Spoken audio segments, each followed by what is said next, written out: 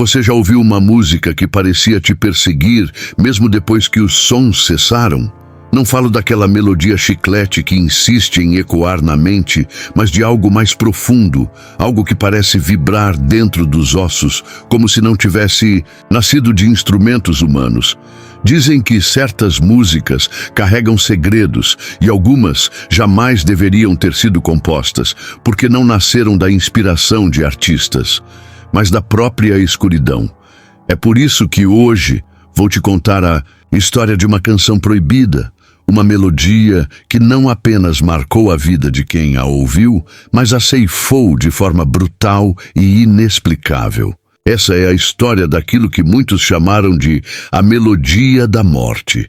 Tudo começou de maneira quase banal, com um jovem chamado Elias, um estudante de música obcecado por sons experimentais e partituras esquecidas. Ele passava horas nas bibliotecas digitais da universidade, navegando em arquivos que poucos tinham coragem de abrir. Não bastava tocar Bach, Chopin ou Beethoven. Ele queria encontrar o desconhecido, aquilo que ninguém ousava tocar. Seu fascínio cresceu quando descobriu uma partitura anônima, escondida em um banco de dados obscuro, identificada apenas por um título incompleto: Lacrimosa X. As últimas letras estavam apagadas. Elias acreditou ter achado uma obra inédita, talvez perdida no tempo, mas logo percebeu que havia algo de errado. A partitura parecia incompleta, como se faltassem compassos, mas ao mesmo tempo transmitia a sensação de ser perfeita em sua ausência, como um enigma musical, que só poderia ser compreendido ao ser executado. Numa noite chuvosa, ele decidiu tocar pela primeira vez. Montou seu teclado no quarto apertado da República Estudantil, conectou os fones para não incomodar os colegas e começou a decifrar os primeiros acordes. Era um som estranho, quase dissonante, mas ao mesmo tempo hipnótico. Cada nota parecia reverberar não no ambiente, mas dentro da mente. Aos poucos, Elias notou que seus olhos começaram a lacrimejar, como se a música tivesse atravessado sua carne e alcançado a parte mais frágil da sua alma. Enquanto as mãos deslizaram pelas teclas, um frio tomou conta do ambiente. O ventilador girava desligado e, mesmo assim, a temperatura despencou. O espelho do quarto começou a embaçar, como se houvesse vapor no ar, embora nada tivesse mudado além da melodia. Foi nesse instante que Elias percebeu que não estava sozinho. Reflexo borrado, atrás de si, uma sombra surgiu. Não tinha forma definida, mas parecia pulsar no mesmo ritmo da música. Ele piscou, tentou ignorar, mas a coisa não desapareceu. Pelo contrário, cada nota fazia a sombra se contorcer como se estivesse dançando. E então, uma sensação de pavor tomou conta dele. Um medo irracional, como se já tivesse visto aquilo em algum pesadelo antigo, só que agora era real. Desesperado, Elias arrancou os fones e bateu as mãos no teclado, interrompendo a execução. O silêncio que se seguiu foi ensurdecedor. O espelho voltou ao normal. O quarto parecia o mesmo, mas algo dentro dele tinha mudado. O coração disparado, as mãos tremendo e o estranho pressentimento de que a música não havia terminado. Naquela noite, ele não conseguiu dormir. Fechava os olhos e ouvia trechos da melodia em sua mente, como se estivesse presa ali, rodando em loop. A cada repetição, ela soava diferente, mais intensa, como se estivesse se completando sozinha. Ele tentou se convencer de que era apenas o efeito psicológico, mas ao olhar para o computador, notou que o arquivo da partitura havia se modificado. Agora, compassos que antes estavam apagados apareciam visíveis. Era como se a música se escrevesse sozinha, nota por nota, esperando que ele a terminasse. Elias jurou a si mesmo que não voltaria a tocar aquela partitura. Mas promessas feitas à escuridão raramente são cumpridas. Os dias seguintes foram de tormento. Elias tentava se distrair com as aulas, com as conversas superficiais dos colegas, mas era impossível manter a mente em paz. A melodia estava dentro dele, impregnada, como um veneno que corre pelo sangue. A cada vez que piscava, era como se ouvisse um novo acorde, e sempre mais intenso que o anterior. Ele começou a anotar em folhas soltas os fragmentos que surgiam em sua cabeça, mas logo percebeu que não se tratava apenas de lembranças. Eram notas novas, compassos inéditos, como se a música o utilizasse como instrumento para se concluir. Certo dia, ao revisar os papéis, Elias se assustou. Nenhuma das anotações parecia ter sido escrita por ele. O traço era diferente, as linhas mais rígidas, quase agressivas, como se outra mão tivesse segurado a caneta. Mesmo assim, a curiosidade venceu o medo, e ele não resistiu. Ligou o teclado mais uma vez e tentou tocar os novos fragmentos. A cada nota, o quarto parecia perder cor. As paredes ficavam mais escuras, os móveis mais distantes. O ar se tornava denso, difícil de respirar. E de repente, ele sentiu como se estivesse sendo observado não apenas por uma sombra, mas por centenas de olhos invisíveis que se abriam ao redor. Era como se a própria realidade cedesse, como se cada acorde fosse uma chave, abrindo portas que nunca deveriam ser abertas. Na terceira execução, algo diferente aconteceu. Elias não apenas viu a sombra no reflexo do espelho, mas a sentiu. O ar ficou gelado e dedos invisíveis roçaram sua nuca. Ele congelou, as mãos paradas sobre as teclas. Mas o som não parava. Mesmo sem tocar, as notas continuavam soando, ecoando pelo quarto, vibrando dentro das paredes. A melodia havia se libertado do instrumento. O desespero tomou conta. Elias desligou o teclado da tomada, arrancou o fio do computador, mas nada adiantou. A música seguia, independente de qualquer aparelho, como se já tivesse se infiltrado no próprio ar. Foi nesse instante que ele ouviu a primeira voz. Um sussurro feminino, suave, mas carregado de dor, misturado à melodia. Não termine. Elias se virou rapidamente, mas não havia ninguém. A voz parecia vir de dentro das notas, como se a música tivesse adquirido boca própria. Tremendo, ele tapou os ouvidos, mas ainda assim a voz persistia. Se terminar, ela vem. Naquela noite, Elias não pregou os olhos. E quando finalmente cochilou, sonhou com uma sala imensa e vazia, repleta de cadeiras de madeira enfileiradas, todas voltadas para um palco iluminado por uma única luz vermelha. No centro, uma mulher magra, de vestido rasgado, dedilhava um piano, antigo. Seu rosto estava coberto por um véu escuro, mas debaixo do tecido, Elias pôde ver o movimento dos lábios, murmurando as mesmas palavras que ouvira antes. Não termine. Ele acordou com um grito preso na garganta e uma certeza que o deixou em pânico. A música queria ser concluída, e ele estava sendo usado para isso. Mas ao mesmo tempo, havia algo, ou alguém, tentando impedi-lo. Elias passou a se isolar. Parou de frequentar festas, evitava conversas longas. Seus colegas começaram a estranhar seu comportamento, notando olheiras profundas e um silêncio perturbador. Ele se tornara refém daquela melodia. Quanto mais tentava ignorá-la, mais forte ela soava. Chegou ao ponto de ouvir os compassos até no barulho da chuva, no ranger da madeira, no bater do próprio coração. Em uma madrugada insone, ele voltou ao computador e abriu o arquivo original. Para seu horror, a partitura estava completa. Não apenas os trechos que faltavam haviam surgido, mas agora havia um último compasso, marcado com uma nota única, solitária, seguida por uma anotação escrita em latim. Ad finem animae. Ele pesquisou o significado. Até o fim da alma. A frase ecoou em sua mente como uma sentença. Era como se a própria música tivesse declarado sua intenção.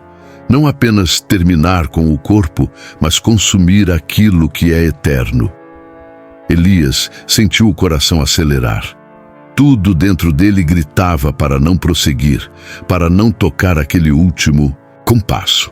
Mas em algum lugar sombrio de sua mente, uma força maior o impelia, como se já fosse tarde demais para voltar atrás.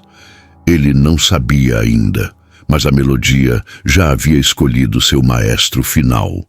Elias acreditava que poderia carregar aquele fardo sozinho, mas logo descobriu que a melodia tinha outros planos. No início, os colegas de República apenas notavam sua reclusão.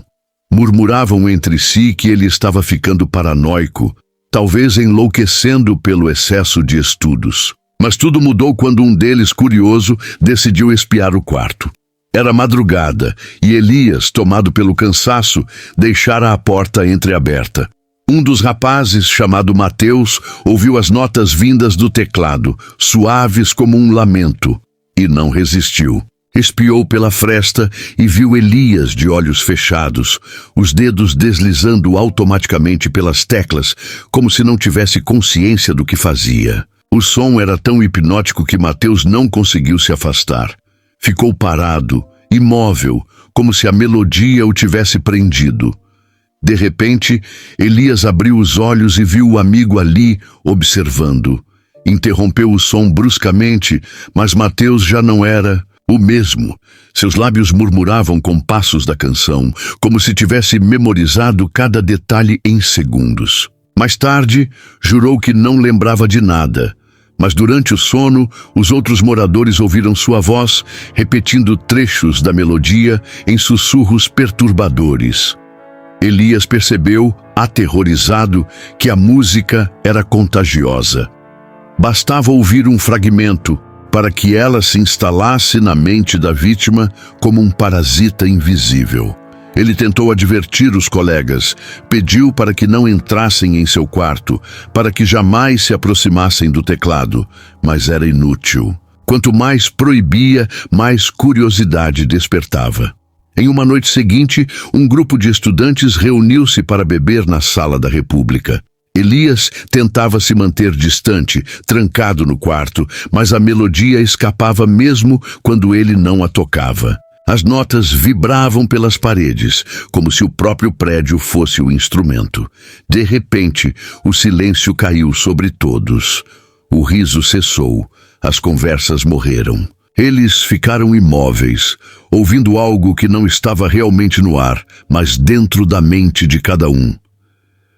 Quando Elias saiu do quarto, encontrou todos parados, olhos vidrados, repetindo em uníssono a mesma frase em latim: Ad finem animae. O pânico tomou conta dele, sacudiu-os, gritou, tentou despertá-los, mas era como se estivessem em transe profundo. Só depois de vários minutos, eles voltaram a si, confusos, sem se lembrar de nada. Mas nos dias que seguiram, cada um começou a apresentar sinais estranhos: insônia, pesadelos com a mulher do véu escuro e, principalmente, a sensação de ouvir música em locais onde não havia som algum. Mateus foi o primeiro a perder o controle. Certa madrugada, Elias ouviu um barulho no banheiro. Ao entrar, encontrou o amigo diante do espelho, batendo a cabeça contra o vidro, enquanto repetia compassos da canção em um tom grave, quase gutural. O sangue escorria pela testa, e mesmo assim, ele não parava de cantar.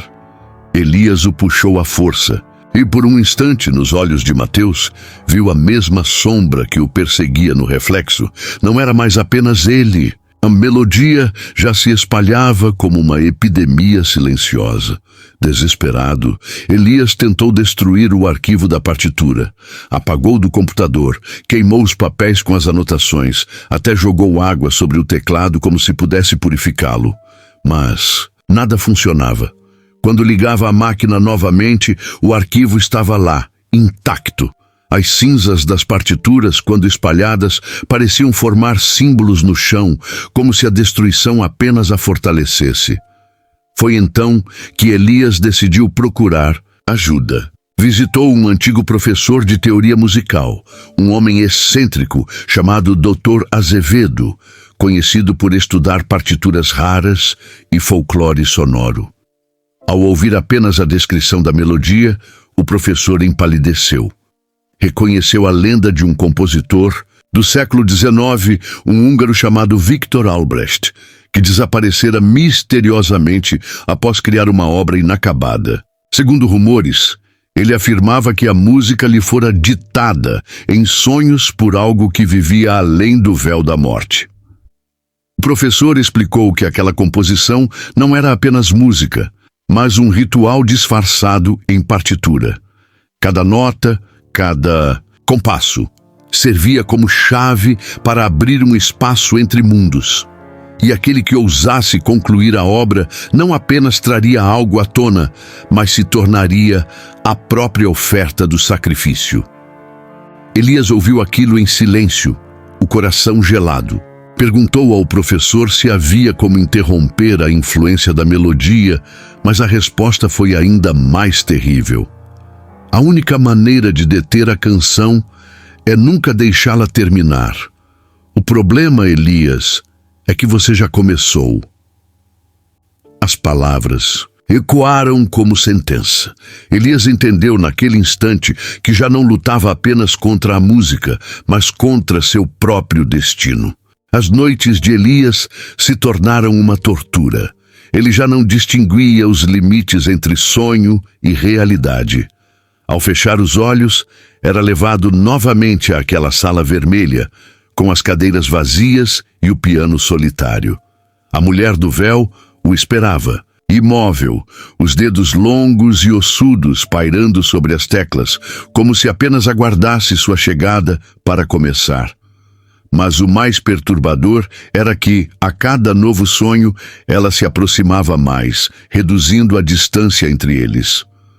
Certo dia, Elias acordou, com marcas em seus braços, arranhões finos, como se unhas tivessem percorrido sua pele durante a noite. Olhou para o espelho e viu o reflexo da mulher por um breve instante, mesmo estando sozinho no quarto. A sombra não apenas o assombrava, agora o tocava. Na universidade, os efeitos da melodia se espalhavam. Estudantes começaram a comentar sobre pesadelos idênticos, descrevendo a mesma mulher velada, os mesmos sons de piano. Ninguém entendia como podiam compartilhar visões tão específicas. Era como se a música tivesse se infiltrado em todo o campus, crescendo como uma infecção invisível. Elias tentou alertar o Dr. Azevedo novamente, mas quando chegou ao escritório do professor, encontrou o ambiente revirado, partituras espalhadas e um silêncio inquietante. O homem estava sentado à mesa, imóvel, os olhos abertos, fixos em uma parede onde, com carvão, estavam rabiscadas as notas finais da canção. Quando Elias o sacudiu, o professor murmurou apenas uma frase antes de desmaiar. "Ela já está regendo." O choque tomou conta. Elias entendeu que a mulher do véu não era apenas uma aparição, mas a verdadeira regente da obra maldita. A música não era apenas um chamado, era uma cerimônia, e ele estava sendo preparado como o maestro do sacrifício final. Naquela noite, decidido a enfrentar o que quer que fosse, Elias ligou o teclado mais uma vez. Mas não foi ele quem tocou. Suas mãos se moveram sozinhas, obedecendo a uma força invisível. Cada nota pressionada arrancava dele lágrimas involuntárias, como se a melodia sugasse sua essência. O ar se condensava em torno, e o quarto inteiro começou a tremer. Os móveis rangeram, os vidros estalaram, e pela primeira vez, Elias ouviu claramente não apenas uma voz, mas um coro. Vozes femininas, agudas e dolorosas, cantando em latim, repetindo o mesmo refrão. Ad finem animae, ad finem animae. E no espelho, atrás dele, a mulher surgiu com nitidez. O véu oscilava como se respirasse, e debaixo dele, Elias pôde ver algo ainda mais aterrador. Não havia rosto, apenas uma boca dilacerada, costurada com fios escuros, como se alguém tivesse tentado impedir que ela cantasse. Mesmo assim, os sons saíam, atravessando as costuras como lamentos. Elias caiu no chão, ofegante, enquanto o teclado continuava a tocar sozinho. O som cresceu, tão alto que parecia querer despedaçar as paredes. E então, de repente, silêncio. A música parou. Ele abriu os olhos e percebeu que não estava mais em seu quarto. Estava de pé no meio da sala vermelha dos sonhos, mas agora ela não era mais um devaneio.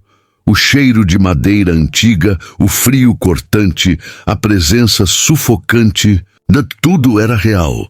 À sua frente, a mulher do véu estava sentada ao piano imóvel, aguardando. Ao seu redor, as cadeiras antes vazias agora estavam ocupadas por figuras escuras, corpos indistintos, todos com o rosto oculto por sombras, observando em silêncio absoluto. A mulher levantou a mão e apontou para o banco ao lado do piano. Elias entendeu que era sua vez de sentar. Ele tentou correr, mas seus pés estavam presos ao chão. Cada passo que dava era forçado para frente, como se correntes invisíveis o arrastassem. Quando se deu conta, já estava diante do teclado antigo, a madeira fria sob seus dedos trêmulos. Ela se inclinou para perto dele e, mesmo com a boca costurada, sussurrou dentro de sua mente: "Toque o último compasso." Elias gritou, implorou, resistiu, mas não havia escapatória. Ele sentiu que, se não obedecesse, as sombras ao redor o despedaçariam ali mesmo. Mas ao mesmo tempo sabia que, se concluísse a melodia, algo ainda pior seria liberto. Estava preso no dilema impossível: morrer como homem ou viver como instrumento da escuridão.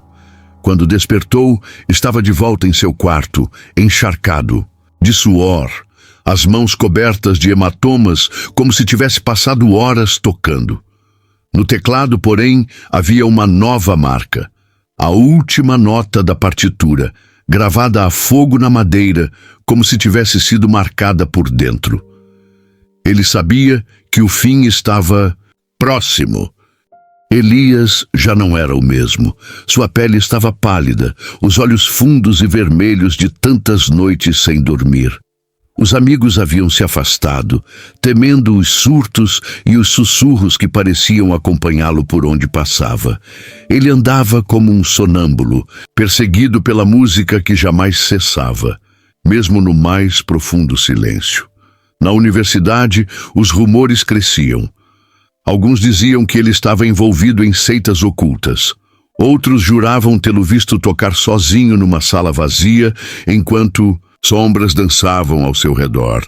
O que ninguém sabia era que Elias já não tinha escolha. A melodia o arrastava como correntes invisíveis e cada tentativa de resistir só a tornava mais forte. Naquela noite, o peso da decisão o esmagava. O teclado estava diante dele, silencioso, mas pulsando como um coração prestes a explodir. Elias chorava, murmurando para si mesmo que não queria, que não podia. Mas no fundo, sabia que a música não aceitava recusas. O destino já estava selado. De repente, o quarto se transformou. As paredes se dissolveram como fumaça, revelando novamente a sala vermelha. Mas desta vez, ela estava completa. Os espectadores sombrios batiam palmas ritmadas, como um público aguardando o espetáculo final. O piano antigo brilhava à sua frente, e a mulher do véu erguia os braços como uma regente prestes a dar o sinal. Elias caiu de joelhos, suplicando: "Eu não quero, eu não vou terminar." Mas uma dor lancinante atravessou seu peito, como se garras invisíveis o dilacerassem por dentro. A cada batida do coração, ele sentia que a música se aproximava do compasso final, com ou sem seu consentimento. A mulher inclinou a cabeça, e mesmo com a boca costurada, um som baixo e grave escapou: "Você já é meu." Forçado por uma força irresistível, Elias se levantou e sentou ao piano. Seus dedos tremiam, mas as teclas os puxavam como ímãs. Cada nota ecoava como um grito, como se fosse arrancada de sua alma. O público sombrio murmurava em coro, aumentando em intensidade, repetindo o refrão em latim que já o atormentava há semanas. Ad finem animae, ad finem animae. Ele tentou se conter, parou no penúltimo compasso, lágrimas escorrendo pelo rosto. Mas então sentiu mãos geladas sobre as suas, guiando-o. Eram as mãos da mulher do véu. Pela primeira vez, ela se revelava próxima, seu rosto a poucos centímetros. Sob o tecido negro, Elias pôde ver buracos profundos onde deveriam estar os olhos e uma boca rasgada até as orelhas, costurada de forma grotesca. Mesmo assim, ela sorria. "Toque!" ordenou. E finalmente Elias pressionou a última nota. Um som ensurdecedor tomou conta da sala, não como música, mas como o rugido de 1000 vozes agonizantes. O chão tremeu, as cadeiras caíram e as sombras começaram a se desfazer em gritos. A mulher arrancou o véu, revelando por completo seu rosto de ossos partidos e carne em decomposição, enquanto ria com um som que não era humano. Elias sentiu seu corpo ser dilacerado de dentro para fora. Não havia sangue, apenas fragmentos de luz escapando, como se sua alma estivesse sendo arrancada e devorada. Ele gritou, mas o som se perdeu no coro de lamentos. A última coisa que viu foi o teclado se desfazendo em chamas negras, enquanto a mulher, agora liberta, se erguia acima dele como uma regente triunfante. Quando tudo cessou, apenas silêncio restou. Dias depois, a polícia encontrou o quarto de Elias intacto. O teclado estava queimado, reduzido a cinzas, mas não havia marcas de fogo no resto do ambiente. Elias havia desaparecido sem deixar rastro. Seus colegas, interrogados, não sabiam explicar. Alguns juraram ainda ouvir a melodia ecoando nos corredores da universidade, especialmente à noite, como um sussurro vindo das paredes. O doutor Azevedo, recuperado de seu transe, declarou que a partitura nunca deveria ter sido tocada, que Elias havia se tornado apenas mais uma vítima da maldição. Mas no fundo, sabia que algo pior havia acontecido. A música agora estava completa, e a regente obscura estava livre para buscar novos ouvintes. E desde então, relatos começaram a surgir pela cidade. Pessoas afirmando ouvir uma melodia desconhecida em sonhos, outras sendo encontradas mortas em posições bizarras, como se tivessem morrido no meio de um recital invisível. A maldição não terminara com Elias. Pelo contrário, apenas havia começado. O desaparecimento de Elias não encerrou a história. Pelo contrário, foi o estopim de algo maior. A universidade tentou abafar o caso, registrando como apenas mais um sumiço sem explicação. Mas os que conviveram com ele sabiam que não era um desaparecimento comum. Algo mais profundo havia acontecido, e a melodia continuava ecoando nos corredores vazios, como se zombasse do silêncio forçado. Os estudantes começaram a relatar fenômenos estranhos. Uma garota desmaiou durante a aula de música, afirmando ter ouvido um piano tocando sozinho, mesmo em uma sala sem instrumentos. Outro rapaz foi encontrado no dormitório com as mãos deformadas, como se tivesse tocado até os ossos se quebrarem. Em cada relato, a mesma frase aparecia nos murmúrios: ad finem animae.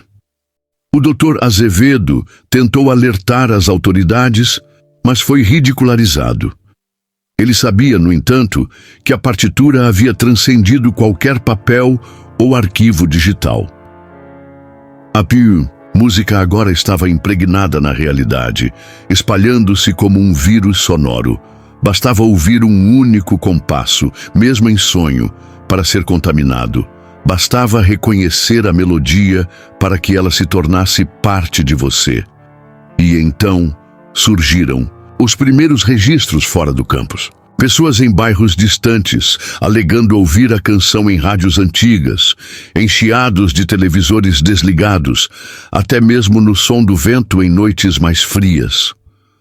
Alguns afirmavam que, ao gravar o silêncio de madrugada, podiam ouvir ao fundo as notas da obra maldita. Não demorou para que a internet fosse contaminada. Um trecho da melodia foi parar em fóruns obscuros, circulando em vídeos anônimos que juravam carregar a verdadeira gravação de Elias. Muitos encararam como apenas uma lenda urbana digital, mas os que escutaram até o fim sofreram consequências terríveis, surtos psicóticos, mortes inexplicáveis ou desaparecimentos misteriosos. Alguns usuários juravam ter visto, através das telas, o reflexo de uma mulher com véu escuro atrás deles, observando em silêncio.